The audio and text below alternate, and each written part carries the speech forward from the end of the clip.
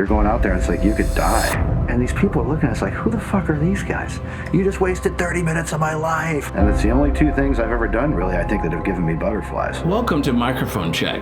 Today we are joined by international recording artist and touring headliner Donavon Frankenreiter. Growing up around the Coach House Concert Hall in San Juan Capistrano grew Donavon's hunger for music. That hunger was first formed by a moment that would open up a whole new world for him. When I first started surfing, first time I stood up on a surfboard, I was like, this is it. I was addicted. I was like, I can't believe this feeling. You know, it's the one thing that I still do today that I feel like brings me so much joy and happiness. And I got that exact same feeling for the second time ever when I picked up a guitar and I strummed a chord. I was like, well, I don't know what this feeling is, but it got a hold of me, and it was like, I can never let that go. His pursuit for music and performing started much like his love for surfing, and it soon grew into something that would truly fuel and ignite his passion for music: touring.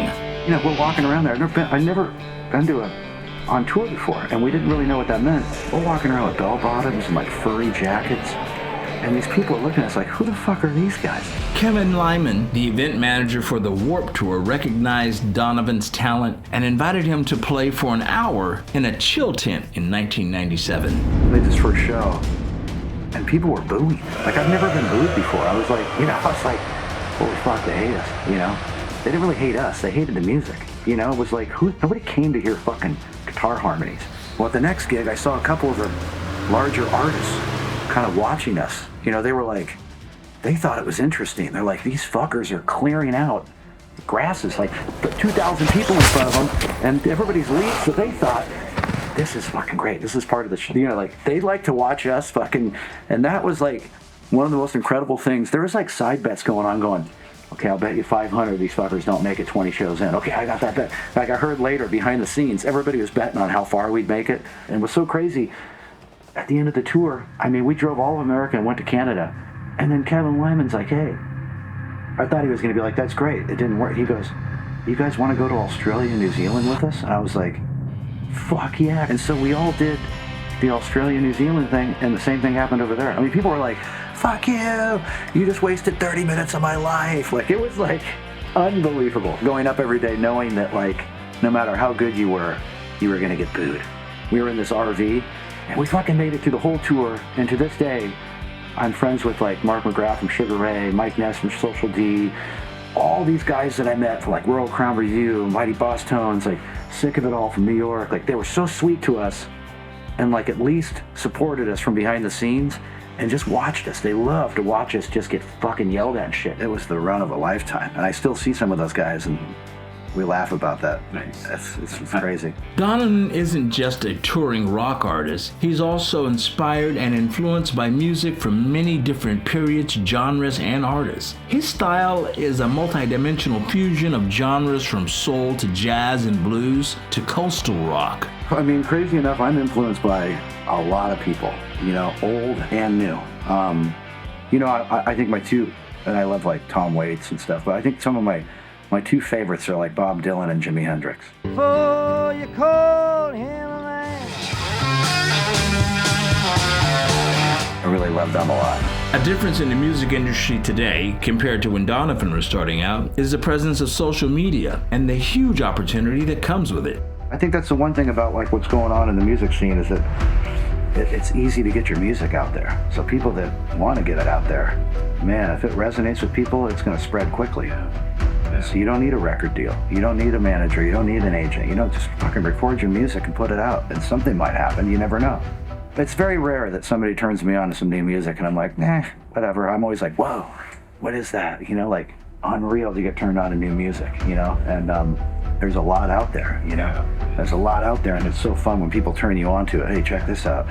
Hey, check this out, you know? Growing up, Donavon had many influences, including Metallica and Pennywise. And when he started playing guitar, he was also inspired by artists like the Allman Brothers, Eric Clapton, Eric Tux, and Warren Haynes. I started to write songs. I was like, oh, what the hell's Bob Dylan doing? Like, how did he untap that? Or Tom Petty? And then like the artistic form of it, like Tom Waits and how he would push the envelope, you know, and do some of the most cool stuff ever, you know? And that's when I realized it wasn't ever one-dimensional. It was just so fucking out there, and you can get so artistic with it, and you can do whatever you want.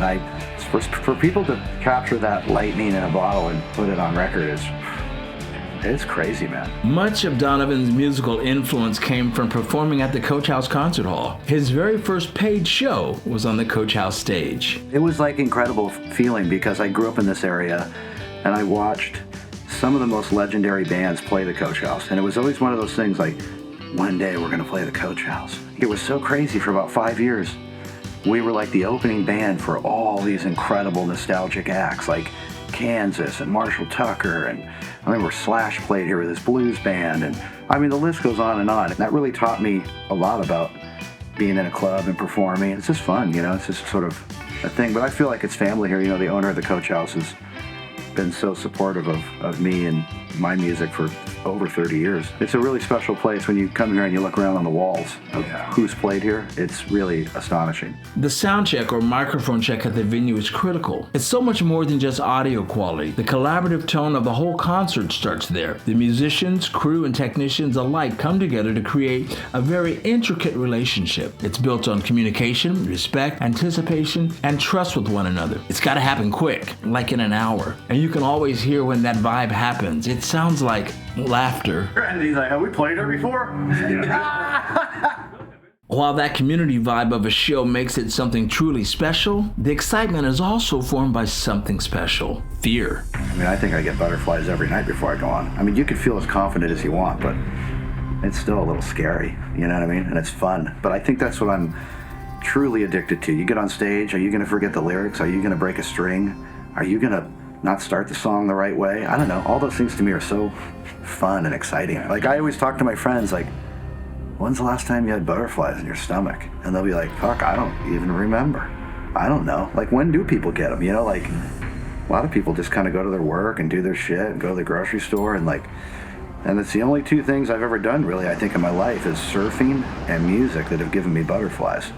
When I was younger and the waves were really big, whew. You're going out there and it's like you could die.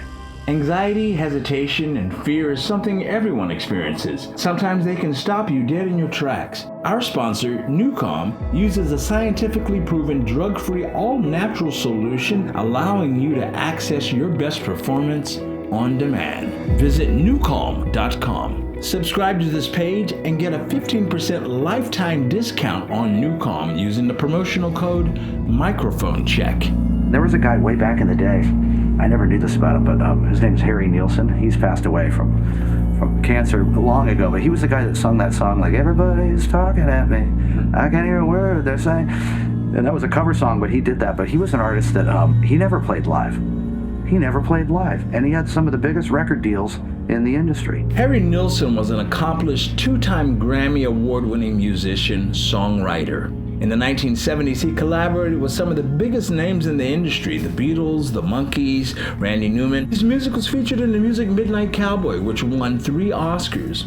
Interesting thing about Harry is he never performed in concert. He just didn't like the feeling. He was the one guy that I found it really interesting. Like, he sold a bunch of records, but just never wanted to get on the road and play live. He didn't want to do it.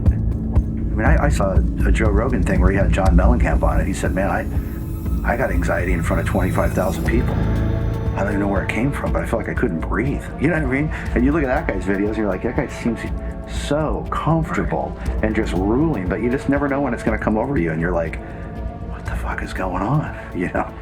Happens to everybody, I think. If you were to describe yourself, or if you were to write your epitaph, what would you... I wouldn't want to. I know. Well, you could. I don't want to do it, man. People always ask all the time, what's your music like? I'm like, I don't know. It's like sort of Americana, folky, blues, soulful, sort of like rock and roll, I guess. I don't know. Because sometimes we play acoustic and it's mellow, and sometimes we play 3-piece and it's a little more funky, and sometimes the band gets bigger and maybe it's a little more Americana. I don't know. It's just kind of, it's hard to describe us. Just like Donavon's musical diversity, it's often been said that music is an international language. But also the preparation to present a concert event seems to have that same effect. It's like a dance that happens between the artists setting up, the technicians getting prepared, and the crew. And the space where they're all moving around in this synergy of creativity. Oddly enough, it's called sound or microphone check.